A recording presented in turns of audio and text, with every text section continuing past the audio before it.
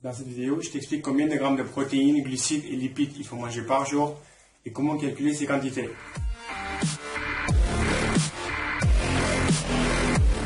Si on cherche sur internet ou qu'on demande aux experts, on trouve le fameux 50-30-20.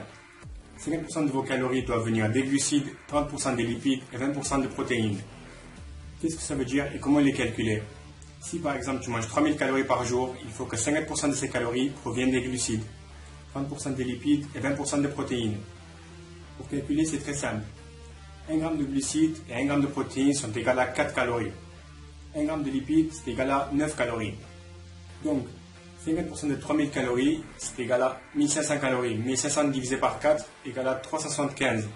Donc 375 g de glucides par jour. 30% c'est pour les lipides.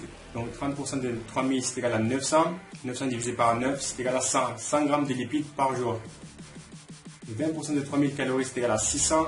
600 divisé par 4 c'est égal à 150. Donc 150 g de protéines par jour. Si on prend n'importe qui au hasard qui mange plus ou moins équilibré, qu'on fait les calculs des pourcentages, on trouve autour de 50-30-20. Mais est-ce que c'est important de savoir exactement combien de grammes de glucides, protéines et lipides il faut manger tous les jours?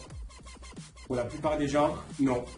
Mais pour certaines personnes qui cherchent la perfection ou qui cherchent à perdre leurs 2-3 dernières kilos sans perdre du muscle, ou l'inverse, prendre du muscle avec le moins de gras possible, c'est très important de savoir exactement ce qu'on mange.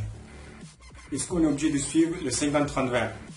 Non. Ceux qui suivent par exemple le régime ou le mode de vie Paleo, ils sont très loin d'être à 50-30-20.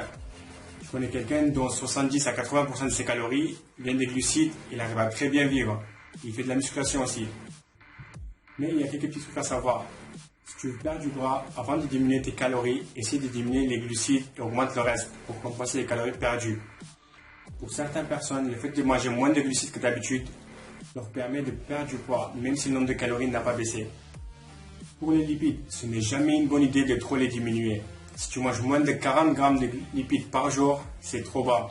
Les lipides sont très importants pour le corps et surtout pour le taux de testostérone.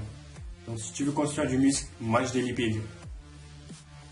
Pour les protéines, il est recommandé de manger 1 g de protéines par kilo de ton poids de corps. Mais pour quelqu'un qui pratique la musculation, il faut manger au moins 20 voire 30 g de protéines en plus. Donc si tu pèses 80 kg, il est recommandé de manger 80 g de protéines.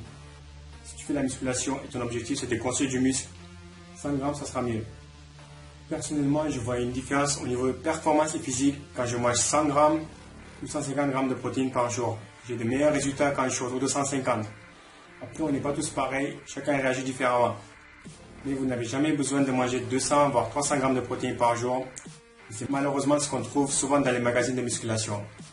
Merci et à la prochaine vidéo.